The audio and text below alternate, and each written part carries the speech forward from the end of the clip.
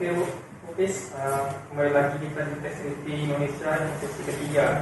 Sebelumnya kan kita udah bahas tentang sesi 1 dan sesi 2 sampai kemarin kita bahasnya sampai artikel 5 gitu.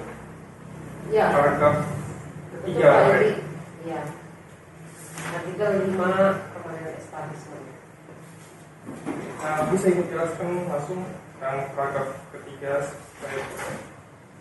Oh ya, kita ini sudah sesi ketiga ya Pak Yudi ya. Yang pertama, kedua, ketiga. Nah, jadi ya seperti biasa kalau kita mau berbicara tentang teks treaty, kita mau lepas nih dari teks treaty-nya ya. Pak Yudi udah punya ya teks treaty-nya. Kemarin kita udah sampai yang 3, paragraf 3. ya, artikel 5 permanent establishment paragraf 3. Ya. Nah, ya yang saya sedikit ya Pak Yudi ya, yang paragraf pertama itu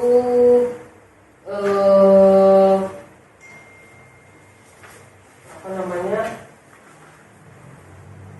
menjelaskan bahwa yang dimaksud dengan ini for the purpose of this agreement, artikel 5 paragraf 1, for the purposes of this agreement, the term permanent establishment means a fixed place ya of business through which the business of the enterprise. Of the enterprise di sini maksudnya badan ya. Is wholly or partly carried on. Nah, yang kedua, sekiranya saja karena sesi yang kedua kita sudah sampaikan. Nah, ini fasilitas fisik yang disebut dengan real PE ya. Jadi dari A sampai G itu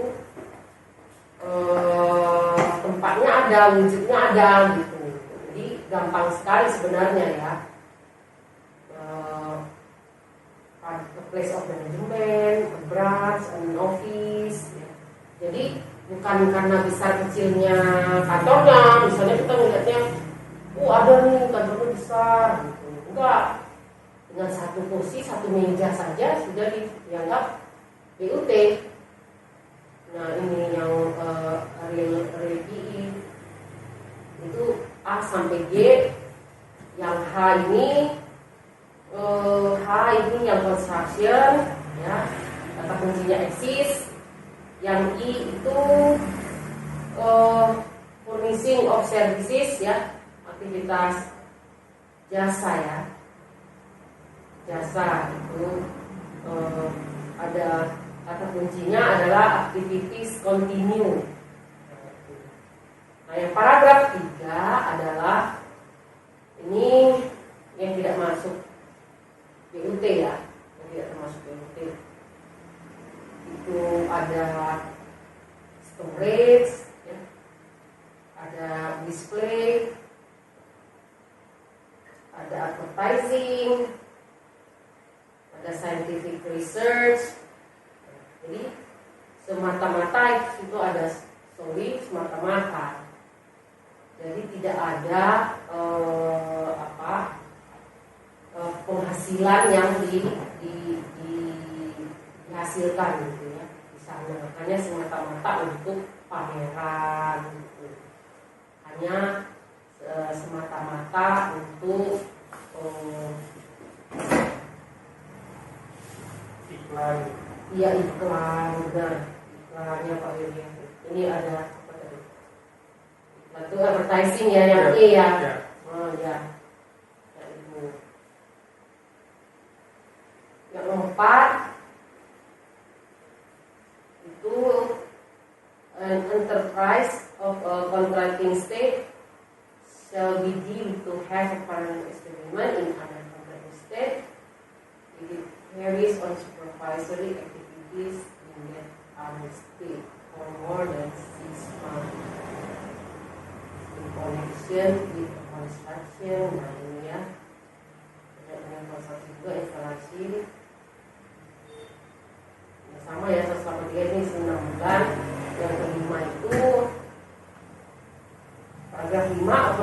acting in one of the contracting state for or on behalf of an enterprise of the other contracting state other than an agent of an independent status to whom paragraph 6 itu immovable property. This article applies shall be deemed to be a permanent agreement in the first mentioned state if he has an habitual exercise in the first mentioned state the general authority to conclude contracts of or on behalf of the enterprise. Jadi ini agen, tapi tadi ada kata-kata contracts or on behalf. Jadi untuk dan atas nama perusahaan itu. Jadi agen itu disebutkan di situ adalah BUT ya. Shall be deemed to be permanent establishment in the first mentioned state. Jadi ada atas nama. Jadi kalau agennya itu bukan atas nama perusahaan, atas nama sendiri, dia punya pekerjaannya sendiri gitu. Nah itu bukan on behalf ya, bukan untuk dan atas nama. Jadi dia ditugaskan untuk atas nama perusahaan yang mengutusnya.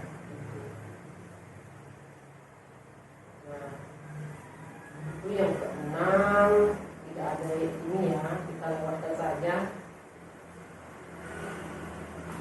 Nah, kita masuk artikel yang ke-6. Artikel yang ke-6 ya, itu ya, income from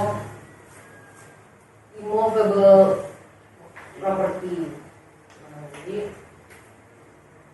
penghasilan dari harta tidak bergerak.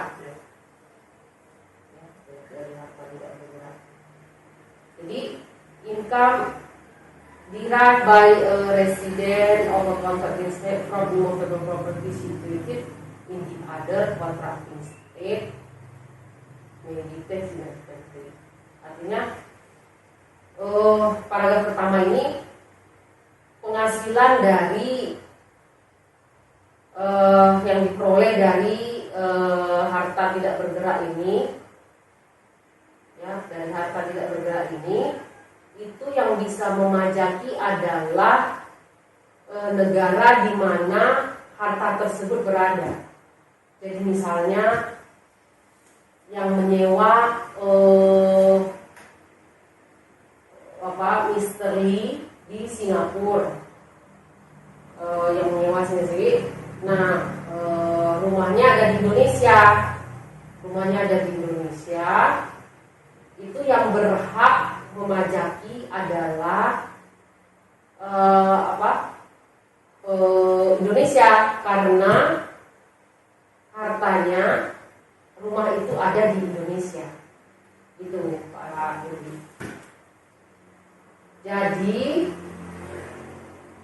income derived by a resident of a contracting state from immovable property situated in that other contracting state may be taxed in the other state. Artinya penghasilan yang diperoleh dari harta tidak bergerak ini, yang berhak memajakinya, penghasilan tersebut adalah negara di mana harta tersebut berada. Contohnya, Mr. Lee menyewa rumah di Jakarta. Nah, yang berhak memajaki adalah Jakarta karena harta atau rumah tersebut berada di Jakarta. Gitu. Jadi artikel 6 ini itu berkaitan dengan sewa, ya, dengan sewa. Jadi tadi seperti Mr. Lee sewa. Juga yang kedua bisa pengalihan atau menjual misalnya tanah, menjual jual bangunan gitu ya. Nah itu jadinya ke laba usaha ya, bisnis profit. Ini artikel 7. Ya, bisnis profit. Nah, ingat bisnis profit itu harus ada BUT. Ya, coba kita ke artikel 7 paragraf pertama, ini ya. Ini the profit of an enterprise of a contracting state shall be taxable only in the state. Ya kan? Unless, nah ada kata-kata unless the enterprise carries on business in the other contracting state through a permanent establishment situated therein. Jadi harus ada BUT dengan istilah yang kita ketahui itu yang no PE no tax. Jadi no permanent establishment no tax, tidak bisa dipajaki. Nah jadi kalau tadi yang artikel 6 itu terdiri dari sewa, yang kedua juga ada pengalihan atau penjualan bisa jadinya itu ke laba usaha, business profit, bisa juga ke capital gain. Ini artikel 6 ya, ke capital gain.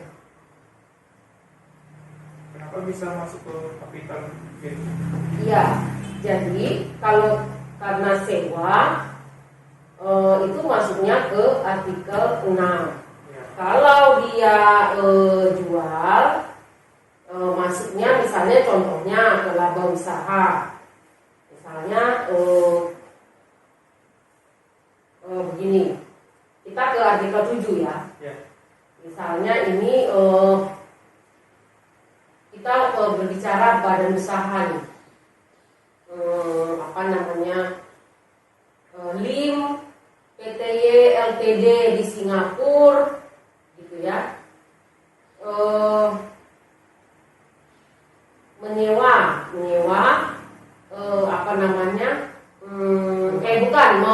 ya, menjual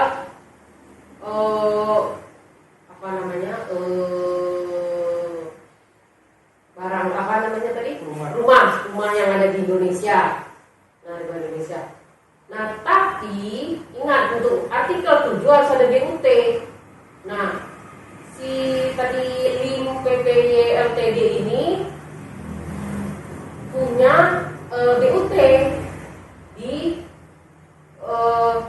Indonesia, BUT di Indonesia. Jadi melalui penjualannya ini kapital itu keuntungan ya, dari keuntungannya itu masuk ke labanya si BUT, si PT LIM Ltd tadi melalui BUT.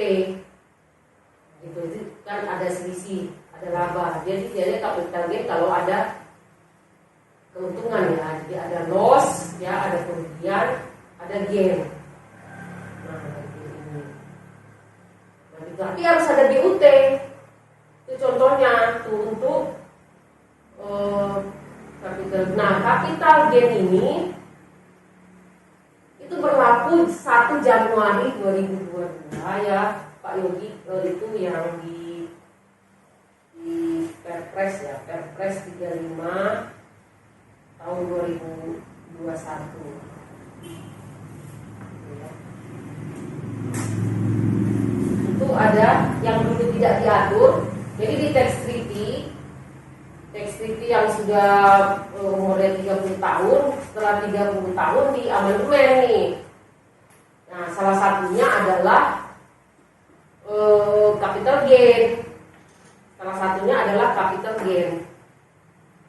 Nah, capital gain ini di Perpres nomor 35 tahun 2021 itu masuk ke pasal 13, Pak Yogi. Pasal 13. Nah, jadi kalau di yang lama ya, itu pasal 13 kan independent personal services. Nah, itu jadinya pasal 14. Kalau yang capital gain ini dimasukkan ke, tapi itu masih berlaku nanti ya. Pada 1 Januari 2022. Nah, itu berlaku 1 Januari 2022. Itu berbicara tentang capital. Kita coba ke, karena kenapa bahasa Inggris di treaty-nya itu disebutkan tuh di undang-undang masing-masing ya, domestik dengan bahasa yang negara masing-masing. Jika terdapat perbedaan interpretasi, itu yang digunakan adalah bahasa Inggris. Misalnya nih, Jerman misalnya, treaty-nya berbahasa Jerman ada, Indonesia berbahasa Jerman ada, tapi kok ya setelah diterjemahin ke bahasa masing-masing menimbulkan persepsi yang berbeda. Nah, kalau terjadi perbedaan, maka dikembalikan ke bahasa Inggris. Makanya kenapa kita kalau mau membaca teks treaty itu menggunakan, makanya kita bilang pakai bahasa Inggris gitu, yang versi Inggrisnya. Ada disebutkan di sini di artikel 6 tadi, immovable property, artikel 13 capital gains, yang paragraf pertama, gains derived by a resident of a contracting state from the alienation.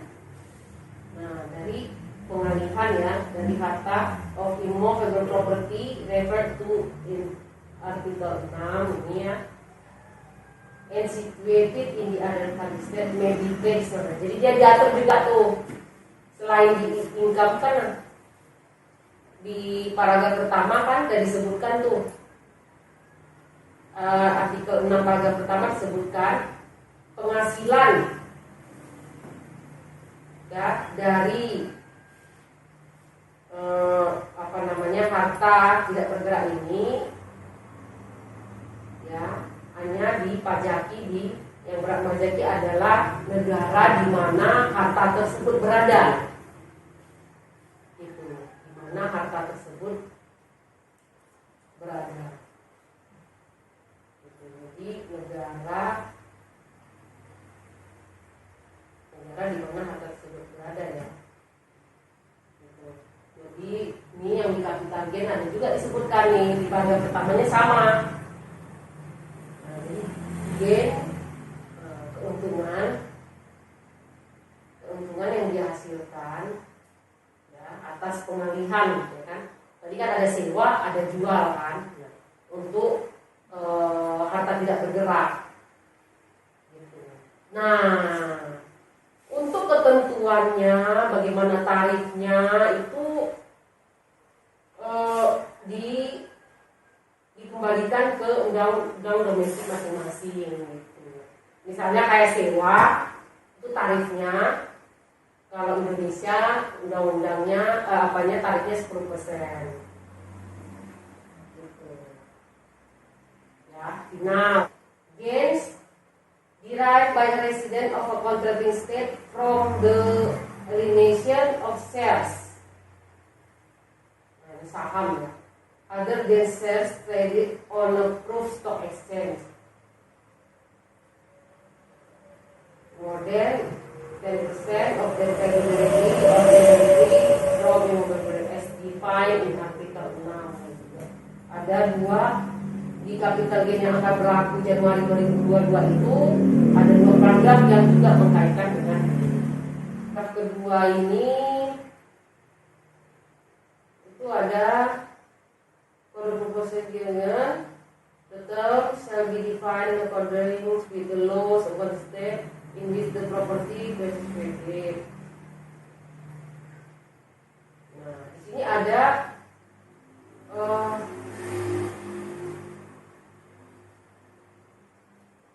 mineral deposit,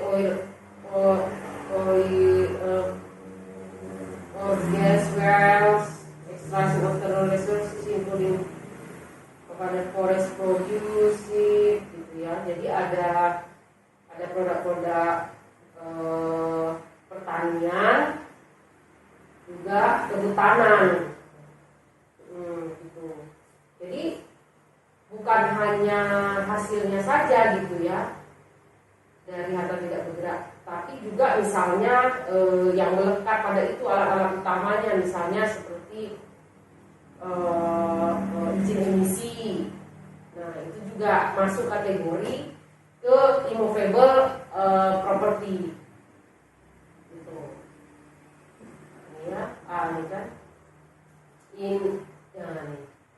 The term shall in any case include property accessory. Nah, yang melekat pada immovable property itu, nih, livestock and equipment used, ya, in agriculture and forestry, rights to which the provisions of general law, ya, gitu ya, kayak uji emisi, efek rumah kaca, gitu, yang pertanian itu, kehutanan itu bisa berjalan kalau izin itu dikeluarkan baru bisa berjalan. Jadi memang yang melekat pada pertanian dan kehutanan itu. Ada yang pertama tadi, yang berhak memajaki adalah negara di mana di harta tersebut, misalnya rumah tersebut berada. Jadi itu bisa untuk sewa, ya, sewa tadi bisa rumah, bisa juga pengalihan atau jual rumah itu. Kalau jual jadinya laba usaha atau capital gain. Kalau keuntungan jadi capital gain, capital loss. Ya. Yang kedua juga berlaku untuk ada kata-kata pertanian, agriculture dan forestry. Pertanian dan kehutanan ya, kehutanan. Jadi izin-izin lah, pokoknya